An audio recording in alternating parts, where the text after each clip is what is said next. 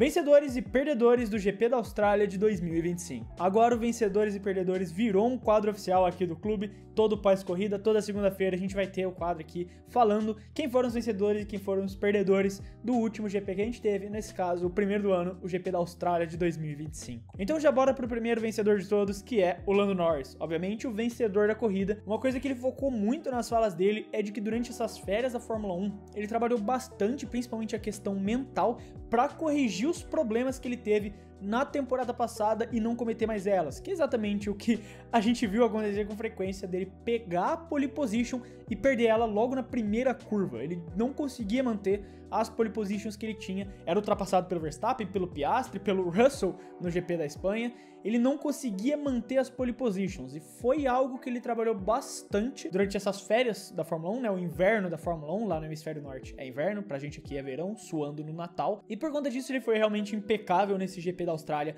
largou muito bem, manteve a ponta, e mesmo quando teve a chance de errar ali no mesmo lugar que o Piastri errou e rodou, ele continuou na frente, conseguiu manter o carro na pista.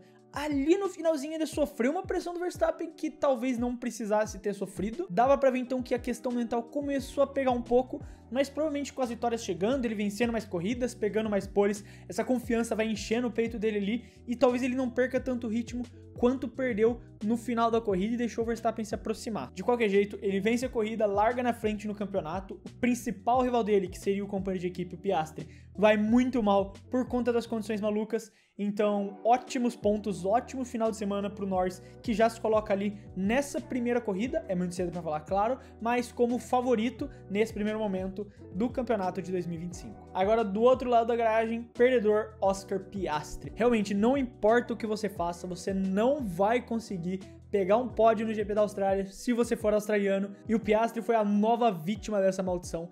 Ela realmente é a maior da Fórmula 1, desde que o GP da Austrália existe, nenhum piloto australiano, e a gente já teve ótimos pilotos australianos na Fórmula 1, conseguiram pegar um pódio nessa corrida. Ele fez uma ótima classificação, não pegou a pole por muito pouco e tava ali colado no Norris. Inclusive, se fosse dar alguma merda pra ele, se ele tivesse saído da corrida, o que mais se imaginava nessa situação talvez fosse uma briga com o próprio Norris. Ele tentando ultrapassar, ele tentando fazer uma manobra mais forçada ali pra vencer logo a primeira corrida do ano, vencer na frente da torcida de casa, e as duas McLarens se jogassem pra fora e dessem a vitória de graça pro Verstappen. Só que não, foi a própria pista que pregou peças com o Piastri, numa chuva localizada ali em um dos setores. As McLarens não estavam esperando por isso, o Norris sai da pista, o Piastri sai depois, o Norris consegue voltar e ficar na pista, e o Piastri não consegue, ele volta, roda e vai pra grama. E inclusive ele estava bem determinado a não abandonar essa corrida, então ele consegue ali dar ré, voltar pra pista e ainda fazer uma corrida muito boa, pra falar a verdade, fazendo ótimas ultrapassagens. Ali nas voltas finais faz uma ultrapassagem maravilhosa em cima do Hamilton, até pra falar a verdade. Só que com certeza isso não foi suficiente pra compensar o desastre que foi esse final de semana não, essa corrida pro Piastri, que é um perdedor, porque mesmo que terminasse em segundo, ainda teria só alguns pontinhos do Lando, uma boa prova na China colocava ele de volta ali na frente, mas agora ele tem que tirar um gap muito maior de pontos pro Lando, caso ele queira sonhar em tentar disputar um título mundial em 2025. Perdedor Liam Lawson. Cara, no vídeo de previsões que eu fiz aqui do clube, eu falei que o Liam Lawson ia ter um final de semana ruim, que ele não ia ir muito bem. O problema é que ele foi muito mal no final de semana, ele foi muito mal. Ele não conseguiu passar do Q3 por um problema estúpido, como ele mesmo descreveu, e depois na corrida ele era só um pato lá no fundo do pelotão, que demorou muito tempo para conseguir passar uma Haas. Ele ficou preso atrás das Haas por muito tempo sem conseguir passar elas, e assim, não foi nada animador, porque você largar lá no fundo, ok, não é o ideal, mas se você recupera na corrida, como o Antonelli fez, você ainda consegue salvar sua imagem e mostrar que ok, eu tô me adaptando ali no carro. Ele não conseguiu fazer isso, fez uma corrida bem complicada, no final abandona ela, então é um primeiro golpe muito duro pra essa imagem do Lawson, e assim, eu não quero nem dizer que é 100% culpa dele, porque não é o primeiro. A gente viu com o Pérez, a gente viu com o Gasly, a gente viu com o Albon. O único piloto que conseguiu fazer isso durar por uma quantidade razoável de tempo foi o próprio Pérez, na primeira temporada dele, lá em 2021. Como segundo piloto da Red Bull, ele foi muito bem, e 2022 ali, durante uma parte do ano, ele também foi muito bem. Mas a gente tá falando de um piloto ali com anos de experiência na F1.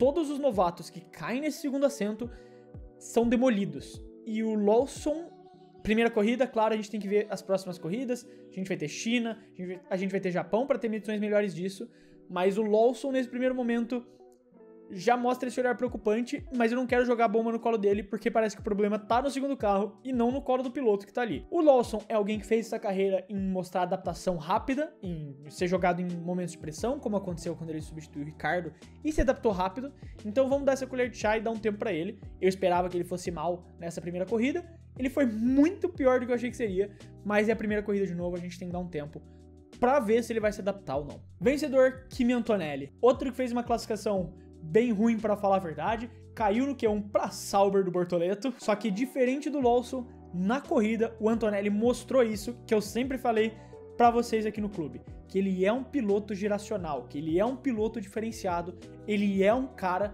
que tem muita qualidade. E dado esse tempo, dada essa adaptação para o carro da Mercedes, ele vai ser um piloto muito bom, um piloto que disputa lá na frente. Nessa corrida, na chuva, para um novato, sendo que a grande maioria dos novatos bateu o carro, ele foi lá e conseguiu escalar para terminar em quarto lugar. Levou a punição de 5 segundos, mas depois foi revertida, a FIA viu que deu a punição de forma errada e ele voltou para a quarta colocação. Então você largar de 16º e terminar em quarto lugar, numa corrida na chuva, numa pista traiçoeira, sua primeira corrida na Fórmula 1, é algo que você tem que destacar. E eu até queria ter falado um pouco mais sobre essa questão. No vídeo curto vocês quase cortaram minha cabeça por não ter mencionado o Antonelli como vencedor. Só que realmente por conta de todos os vídeos que eu tinha que fazer, o pós-corrida, aqui o vencedores e perdedores, acaba não sobrando muito tempo para outros temas. Eu queria ter feito um vídeo falando só da corrida do Antonelli, eu queria ter feito um vídeo falando só da corrida do Bortoleto, eu queria ter feito um vídeo falando só do pai do Hamilton lá indo conversando com o Radiar. Só que acabou não dando tão certo por conta dos vídeos que eu tenho que fazer, como a reação pós-corrida ou os shorts do vencedores e perdedores. E recentemente eu tinha lançado uma enquete para vocês votarem aqui no clube, falando se vocês queriam que eu postasse os vídeos diariamente, falando sobre mais assuntos, e a maioria de vocês votou que gostaria dessa ideia. Então, pensando nisso, eu criei um segundo canal, Fred Girnes, o meu próprio nome. Ele vai estar aparecendo aqui no card para vocês, desse lado eu acho, na verdade, não sei. De algum dos lados ele tá aparecendo aqui para vocês, e eu também vou deixar o link dele na descrição do vídeo para você poder lá se inscrever, porque aqui no clube eu faço esses vídeos mais bem editados, esses vídeos roteirizados, pesquisando mais a fundo sobre os temas, e por conta disso eu não consigo fazer vídeo sobre tudo. Nesse segundo canal eu vou fazer de uma forma um pouco diferente, com uma edição mais simples, ligando a câmera e comentando sobre esses assuntos, fazendo um vídeo, por exemplo, comentando da corrida do Antonelli, fazendo um vídeo comentando da corrida do Bortoleto, um vídeo comentando sobre a reação do pai do Hamilton com o Radiar, por exemplo. E assim a gente consegue conversar sobre mais assuntos, falar sobre tudo o que está acontecendo no mundo da Fórmula 1. Então, se você gosta dessa ideia, se você quer ter esses vídeos diários que eu vou começar a postar lá, se inscreve por lá. Eu já vou começar a postar lá hoje, segunda-feira, que é quando esse vídeo aqui tá saindo no ar. Então, se você quiser ver mais sobre Fórmula 1, é só clicar aqui no link ou no do card que tá aparecendo e ir lá no outro canal pra gente poder falar sobre mais assuntos de Fórmula 1. Perdedor, Ferrari. Cara, é impossível, não dá pra confiar na Ferrari. Eu falei que eu ia confiar na Ferrari nessa temporada e eu desisto. Não dá pra confiar na Ferrari. Mais uma vez eles prometeram um carro, mais uma vez estavam com toda essa ideia, toda essa vinda, e eles começam com um carro que tá, obviamente, pior que a McLaren e parece estar pior também que a Mercedes. Um carro que não tá estável o suficiente para conseguir se classificar na frente de uma das Williams, pelo menos, e de uma das Racing Bulls. É um carro que não se mostrou tão competitivo nas corridas, não conseguia ameaçar as Williams, por exemplo, durante a prova. O Hamilton teve dificuldade para conseguir passar o Albon, o próprio Leclerc também não conseguia progredir no pelotão, então realmente não foi um final de semana positivo para a Ferrari. Claro que existem muitos critérios que podem entrar em jogo, é a primeira corrida do ano. Ano passado mesmo a McLaren começou muito mal e no final do ano foram campeões de construtores. Então a gente precisa esperar as próximas corridas para ver, mas foi uma equipe que entrou com essa expectativa de que poderia disputar o título e não tá parecendo nem ser o segundo melhor carro, para falar a verdade. E as estratégias também pegaram mais uma vez. Durante a chuva, durante a questão do safety car, a Ferrari teve a possibilidade de fazer uma parada cedo e colocar os carros delas numa posição competitiva, podendo sonhar até mesmo com uma vitória. Mas não fizeram isso, demoraram para parar, pararam só no safety car e por conta disso o Leclerc e o Hamilton foram lá no fundo da zona de pontuação. Ainda conseguiram recuperar umas posições, mesmo que no final o Piastri tenha passado o Hamilton ali também. e ficam numa situação muito complicada, inclusive atrás de pontuação da própria Sauber, o que definitivamente não é o começo de ano que a Ferrari estava esperando. E falando nela, vencedor, Sauber. Em uma corrida de 2025, a Sauber já fez mais pontos do que eles fizeram em toda a temporada de 2024, com o 7º lugar do Hülkenberg. E a Sauber realmente não era o pior carro, parecia estar até equilibrado ali, tá com uma carinha de 9º, 8º carro ali, mais pro 9º do que pro 8º, mas tá melhor que a Haas, isso é definitivamente um fato. E a Sauber soube se aproveitar muito bem da questão da chuva, uma ótima parada no momento certo para colocar o Hülkenberg numa boa posição e se manter ali na 7ª colocação para fazer esses pontos importantíssimos para a Sauber se livrar ali e já se distanciar da Haas, porque nessas primeiras corridas principalmente a Haas não vai pontuar. E a Sauber já abrir essa distância logo na primeira corrida é muito importante para caso eles consigam ali carimbar um pontinho ou outro ao longo da temporada. Claro que teve a questão do Bortoleto com problemas nos freios, supostamente, problema na suspensão, e por conta disso resultou na batida dele. Mas ainda assim, mesmo com a panca do Bortoleto ali, não tira a questão de que a Sauber em si foi vitoriosa por fazer essa quantidade de pontos, termina a primeira corrida do ano na frente da Ferrari no campeonato de construtores, o que é insano de se falar, com uma ótima corrida do Hülkenberg e uma boa corrida que o Bortoleto estava fazendo, apesar da batida. Então, mesmo com esse ponto negativo, a Sauber ainda assim é uma vencedora, querendo ou não. E até por isso eu falo que um perdedor foi o Gabriel Bortoleto. Não porque ele estava fazendo uma má corrida, não porque ele fez uma má classificação, pelo contrário, levou a Sauber pro Q2, o que é uma ótima classificação, só que o grande problema disso é que ele acaba entrando no bolo dos novatos que bateram e abandonou a corrida. Ele teve aquela fala dele lá, tipo, eu prefiro bater do que ser o último colocado só. E eu entendo o que ele quer dizer com isso, mas eu vou ser honesto com vocês, eu não sei se eu concordo tanto. Eu fiz recentemente um vídeo do Leclerc e por que o 2024 do Leclerc foi o melhor ano da carreira dele. E uma das coisas que o próprio Leclerc falou foi que ele parou de ter essa visão. Porque o Leclerc tinha essa visão. Eu prefiro forçar ao máximo e bater do que ser só mais um ali no pelotão. E daí, por conta disso, o Leclerc abandonava, pipocava, perdeu o campeonato, deixava de fazer pontos importantes em corridas. E em 2024 ele falou que mudou esse pensamento pra tipo, não, cara, mesmo se eu for só mais um, eu preciso dos pontos pra casa. Porque pra eu ser campeão, eu preciso de todos os pontos que eu puder fazer. Claro que o Bortoleto não estava fazendo ponto, então não faz diferença, mas você nunca sabe como vai ser uma corrida nas próximas voltas, se vai ter um safety car maluco que bagunça todo o pelotão, como aconteceu. Não é interessante essa ideia de você forçar ao máximo mesmo que você bata, você tem que também pensar no que pode acontecer na corrida e que você pode perder pontos valiosos que vão custar caro no final do campeonato. No mais, ele fez uma classificação sensacional, a corrida dele estava muito boa, ele estava fazendo uma corrida bem sólida, mas a batida, por conta disso, de não terminar a corrida, eu coloco ele como um perdedor. E o vencedor foi o Max Verstappen. Quem não tinha nada a ver com essa história das McLarens, do Piastri rodando, é o Verstappen, que claramente a Red Bull ali não é o melhor carro, talvez tá ali empatado com a Ferrari em terceiro lugar, mas ele é o Verstappen, ele consegue transformar em um carro que fica na frente. E por conta disso ele fez uma corrida muito boa, não estava conseguindo chegar nas McLarens até o finalzinho ali, que ele deu uma pressão no cangote do Norris, mas na maior parte da corrida fez o dele. Ele teve exatamente o pensamento que eu acabei de falar. Ele estava em terceiro lugar, não tinha por que forçar, não tinha por que se desgastar tentando pegar um carro que na maior parte da corrida ele não conseguiria pegar, e ele ficou ali, fez o dele, aconteceu o erro, ele estava lá para capitalizar nesse erro e terminou em segundo lugar, colocando ele ali nas costas do Norris. Se na China tem algum problema, se no Japão tem algum problema com os rivais, com a McLaren, ele tá numa boa posição nos pontos para contra-atacar e tentar roubar esse primeiro lugar. Então foi um final de semana muito bom pro Verstappen por conta disso. Outro perdedor foi a Haas, que teve um final de semana tenebroso, é disparado o pior carro desse pelotão, e assim, com uma distância bem segura em último lugar. É muito mais próximo do que era a Haas em 2021, que era aquele carro que terminou praticamente todas as corridas em último e penúltimo. É o que parece estar se desenhando para a Haas em 2025. Assim, a gente estava na metade da prova e eles já estavam levando volta das McLarens, então é um sinal de alerta gigantesco para a Haas. Muito se diz que eles estão focando em 2026, são investimentos lá já pensando na próxima temporada e jogar fora 2025, mas é um começo de ano bem preocupante para a Haas. O carro tá realmente muito lento e para queimar a imagem do Ocon e do Berman com isso é dois palitos, ainda mais depois do final de semana do Berman, que eu não coloco ele como perdedor sozinho por conta de tudo que aconteceu, por conta do carro tenebroso da Haas, mas o Berman entra aqui no pacote Haas de ruim, por conta de tudo que aconteceu. Ele bate no treino livre 1 e daí perde o TL2 por conta disso, bate no treino livre 3 e não faz classificação. Então, é um final de semana tenebroso da Haas, tenebroso pro Berman.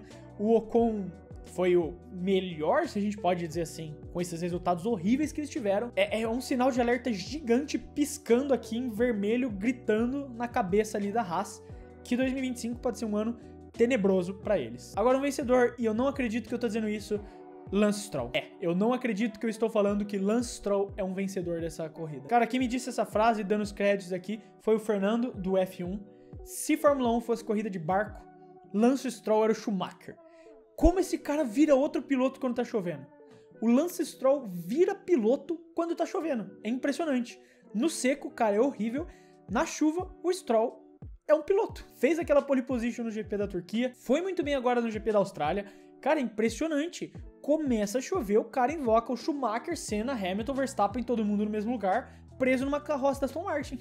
Eu realmente não estava preparado pro Stroll terminar em 6º lugar nesse GP, e por conta disso, e provavelmente é a única vez no ano que eu vou dizer isso, o Lance Stroll é um vencedor do GP. E por fim, um último nome que eu quero trazer aqui na lista de perdedor é o Isack Hadjar. Cara, é complicado a situação do Hadjar. Bater na volta de apresentação definitivamente não ajuda na sua imagem, eu devo dizer. Mas assim, cara, eu também quero ser honesto no negócio. Eu acho que a zoação tem que existir. Nós, como brasileiros, ele é o rival do Bortoleto. Então eu entendo a zoação, é aquela rivalidade ali que se criou por conta da Fórmula 2. Então tem que zoar, tem que ter a brincadeira ali. Só que eu comecei a ver muita gente partindo da zoação pra realmente atacar o Hadjar, velho. E isso eu acho bizarro. Isso eu não concordo já, tá ligado? Cara, atacando o Hadjar, chamando ele de horrível, chamando ele de ruim, falando que ele não merece estar na Fórmula 1. Cara, ele não é vice-campeão da Fórmula 2 à toa. Ele não fez tudo isso, não conquistou tudo isso à toa. E assim, eu não tô querendo passar pano pro que aconteceu. Não foi legal a imagem dele batendo na volta de apresentação.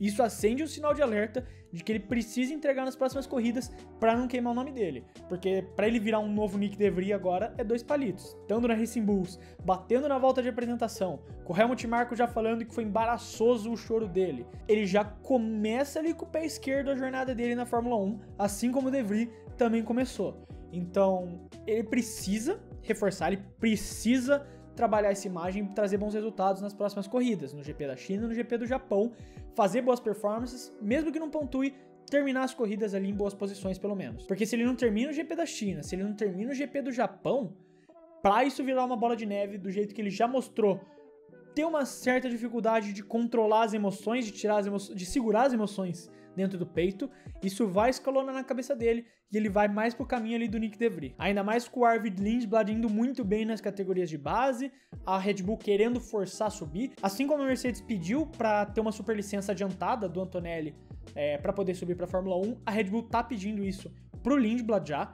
Então, é bom o Hadjar mostrar resultado, porque senão no meio do ano vai ter um cortezinho ali e a gente vê o Arvid Lindblad subindo no lugar dele na Racing Bulls. E a Williams pontuou na corrida, felizmente, sim, a Williams pontuou. O Alex Albon fez uma ótima corrida. Que corrida absurda que o Albon fez. Cara, de verdade, que corrida absurda que o Albon fez. Eu tô impressionado com a corrida dele.